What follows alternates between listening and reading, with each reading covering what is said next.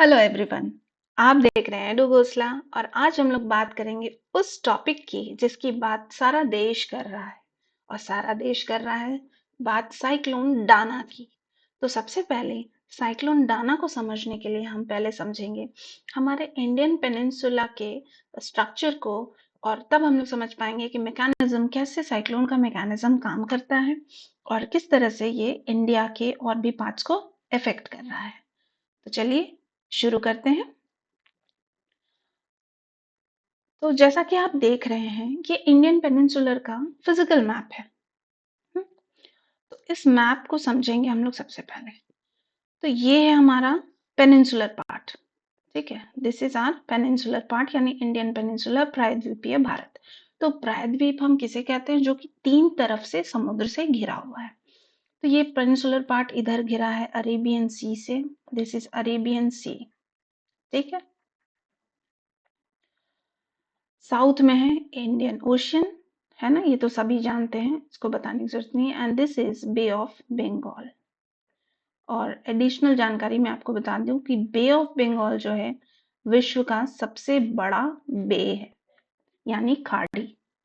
तो ये है Bay of Bengal. Bay of Bengal हमारे ईस्टर्न पार्ट में है, अरेबियन सी वेस्टर्न पार्ट में है, इंडियन ओशियन सदर्न पार्ट में है। ठीक है, तो ये तीनों तरफ से जब आपका कोई ऐसा लैंड मास जो तीन तरफ से समुद्र से घिरा हो उसे हम कहते हैं पेनिनसुला।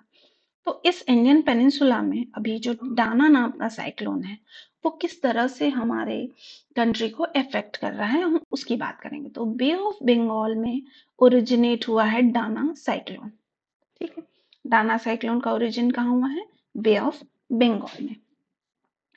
तो अब हम लोग समझेंगे कि आखिर बे ऑफ बंगाल में ओरिजिन होने के बाद ये ईस्टर्न साइड में उसका इतना ज्यादा इफेक्ट क्यों है। वेस्टर्न पार्ट में उसका कोई इफेक्ट नहीं है। और साइक्लोन्स सिर्फ डाना की नहीं, और भी साइक्लोन्स जो हैं वो हमेशा बे ऑफ बंगाल में ही ओरिजिनेट क्यों होते हैं, जिसका इफेक्ट हमारे एडजॉइनिंग जो स्टेट्स हैं उनको झेलना पड़ता है। तो हम लोग समझेंगे इसके पूरे मैकेनिज्म को। ठीक है, तो सबसे पहले हम देखेंगे कि ये जो ये जो पेनिनसुलर पार्ट है, यहाँ है बे ऑफ बंगाल और ये है अरेबियन सी। तो सबसे पहले हम लोग समझेंगे कि बे ऑफ बंगाल में ही इसका ओरिजिन क्यों होता है। तो इसका सबसे बड़ा रीजन है सरफेस टेम्परेचर। सी के सरफेस का जो टेम्परेचर है, बे ऑफ बंगाल का ये सरफेस टेम्परेचर जो है वो कंपैरेटिवली हाई होता है, अरेबियन सी का उससे कंपैरेटिवली लो रहता है। हाई होने का सबसे बड़ा रीजन क्या है सरफेस टेम्परेचर के? क्योंकि बे ऑफ बंगाल में मैक्सिमम रिवर्स अपने वाटर को ड्रेन करती है। जैसे पेरेनियल रिवर्स की बात करें, जो बड़ी बड़ी पेरेनियल रिवर्स हैं, जैसे है गंगा, महानगंगा नदी, ब्रह्मपुत्र नदी। तो इन सारी नदियों की का जो जल है वो बे ऑफ बंगाल में आके गिरता है। और अरेबियन सी की अगर हम बात करें तो इसमें बहुत सारी बड़ी नदियों का तो जल नहीं गिरता, कंपैरेटिवली कम नदियां हैं। तो जब नदियों का जल समुद्र में आके मिल रहा है तो वो एक टेम्परेचर ऐड कर रहा है उसके पानी के सरफेस टेम्परेचर पर। और आपको बता दूं, जैसे ह्यूमन बींग्स को काम करने के लिए एनर्जी चाहिए, हमारे पास अगर एनर्जी नहीं होगी तो हम किसी भी काम को कर नहीं पाएंगे। सेम उसी तरह साइक्लोन्स भी हैं, उन्हें भी ओरिजिनेट होने के लिए एक टेम्परेचर चाहिए, एक एनर्जी चाहिए जिसकी वजह से वो फॉर्मेशन कंप्लीट कर पाते हैं अपना। तो ये जो रीजन है टेम्परेचर एडिशन, ये हमारे साइक्लोन फॉर्मेशन का बहुत इंपॉर्टेंट फीचर है जो साइक्लोन फॉर्मेशन को एनहांस करता है।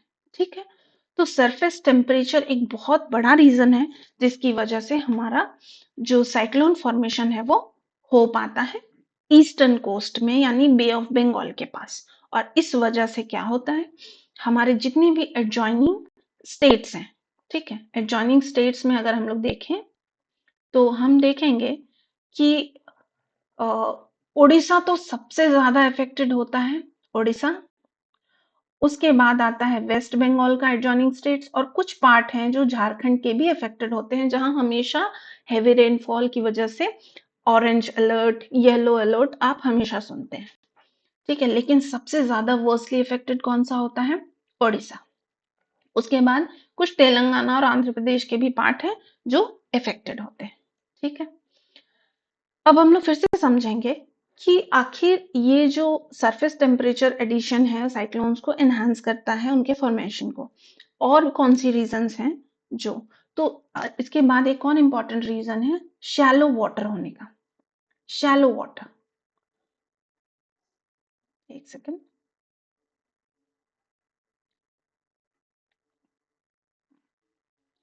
शैलो वाटर जो है यानी छिछला जल, यानी कि ऐसा वाटर जिसमें बहुत ज्यादा गहराई नहीं होती है। ठीक है, तो उसकी वजह से क्या होता है, हमेशा वाटर जो है इनस्टेबल होता है, और साइक्लोनिक फॉर्मेशन के लिए, जब साइक्लोनिक फॉर्मेशन होना है तो इंस्टेबिलिटी उसमें बहुत इंपॉर्टेंट रोल प्ले करती है। ठीक है, इंस्टेबिलिटी, इंस्टेबिलिटी की वजह से एनर्जी फिर से ड्रिवन होता है और साइक्लोन फॉर्मेशन होती है। इसके बाद एक और इम्पॉर्टेंट रोल है साइक्लोन फॉर्मेशन में, कि ये जो बे ऑफ बंगाल का जो शेप है, ये देखिए इस मैप में आप देख पाएंगे, ये हमारा बे ऑफ बंगाल का पार्ट है। ठीक है, तो इसका जो यू शेप है या ये जो कर्व है, ये जो कर्व है, ये बहुत इम्पोर्टेंट रोल प्ले करता है साइक्लोन को एनहांस करने के लिए, उनके फॉर्मेशन को बहुत दिनों तक लॉन्ग लास्ट करने के लिए। जैसे टुडे इज 25th है ना, 25 अक्टूबर, तो 24th 23rd से डाना साइक्लोन जो है एक्टिवेट हुआ है, और आज उसका लैंडफॉल भी देखा गया है। ठीक है, और ये क्यों है, क्योंकि यहाँ वाला जो पार्ट है, ये जो कर्व है, ये जो अरेबियन सी का कर्व वाला पार्ट है, ये इसके फॉर्मेशन को इनहांस करता है, मतलब कि उसको हेल्प आउट करता है साइक्लोन को वहीं पर गोल गोल गोल गोल घूमने के लिए। ठीक, ये एक इम्पॉर्टेंट पार्ट हो गया। अब हमने ये भी डिस्कस कर लिया कि कौन कौन से स्टेट्स को ये अफेक्ट करते हैं, और कौन कौन से स्टेट की अगर हम बात करें तो उनके कुछ पर्टिकुलर डिस्ट्रिक्ट्स हैं जिसको डाना साइक्लोन जो है अफेक्ट कर रहा है। सबसे पहले शुरू करते हैं जो लीस्ट अफेक्टेड है, जैसे झारखंड। झारखंड के कुछ कुछ ही जिले हैं जो इससे अफेक्टेड है, जहां ऑरेंज अलर्ट जारी हो चुका है, जैसे सरायकेला खरसावां, ईस्ट सिंहभूम और वेस्ट सिंहभूम का जो पार्ट है वो। ठीक है, इसके बाद बात करेंगे वेस्ट बंगाल की। वेस्ट बंगाल में Hooghly, Kolkata, north 24 Pargana, south 24 Pargana, south Medinipur, यानी कि पश्चिमी मेदिनीपुर, ये सारे जिले हैं जहां पर हाई अलर्ट है। उड़ीसा में कुल 15 जिले अफेक्टेड हैं, जिनमें से वर्सली अफेक्टेड 4-5 जिले हैं जहां पे एकदम ही रेड अलर्ट घोषित किया जा चुका है, जिसमें मयूरभंज है, अ, बालासोर है, और